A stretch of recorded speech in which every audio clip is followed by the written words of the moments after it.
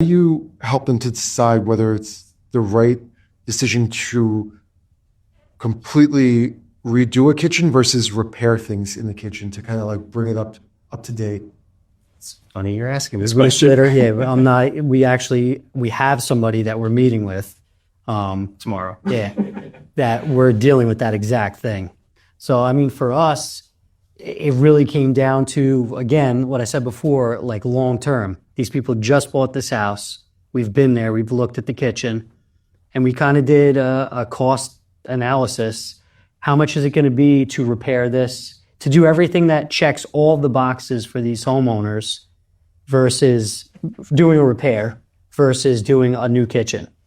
I mean, we have a lot of good relationships with kitchen people, so there is a way we can still reasonably, at a decent budget, get them a new kitchen as opposed to repairing it. I'm only talking like $3,000 or $4,000 more.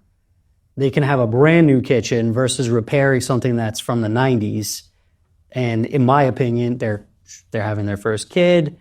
This is like a long-term investment. If it were me, and we're going to try to convince them tomorrow, go for, instead of putting a Band-Aid on it, let's get a whole new kitchen here. And we can connect you with people that we have relationships with to do that for a reasonable number. So it really comes down to longevity. What do you want to spend? I'm not going to bring them to a super high-end kitchen guy and have them, get a number that's $20,000 over what it would be to repair it. But it's always interesting because understanding somebody's moving into this house, we always like to ask, is this the forever home? Right. So we define that as 10 years or more.